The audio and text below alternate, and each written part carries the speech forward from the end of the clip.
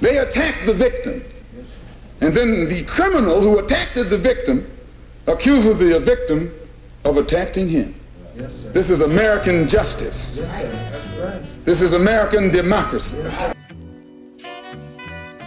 Malcolm X, born Malcolm Little, was an African-American Muslim minister who took a more aggressive approach to civil rights. A spokesman for the Nation of Islam, Malcolm advocated for the empowerment of black Americans. Much of Malcolm's views were forged in the early years of his childhood.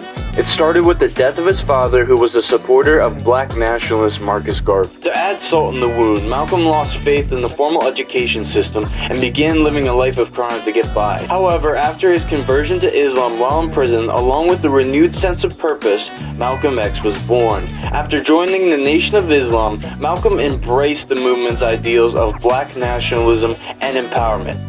His rallies called for the armed resistance against oppression and was a harsh critic of the mainstream civil rights movement. Malcolm believed that civil disobedience only caused more unnecessary suffering to black Americans and wasn't getting much done. In his final years, Malcolm would end up converting to Sunni Islam and taking on the new name of El-Haji Malik El-Shabazz after leaving the party due to some disagreements with his former colleague Elijah Muhammad. Eventually, he would found his new organization known as the Organization of Afro-American Unity, which took a more secular approach to civil rights. Eventually, he began focusing more of his efforts into human rights rather than preaching armed resistance. Eventually, he would outright reject his old beliefs. Unfortunately, this change in thought is what would lead to his death on February 21st, 1965. He was killed by 3 former members of his old movement while giving a lecture.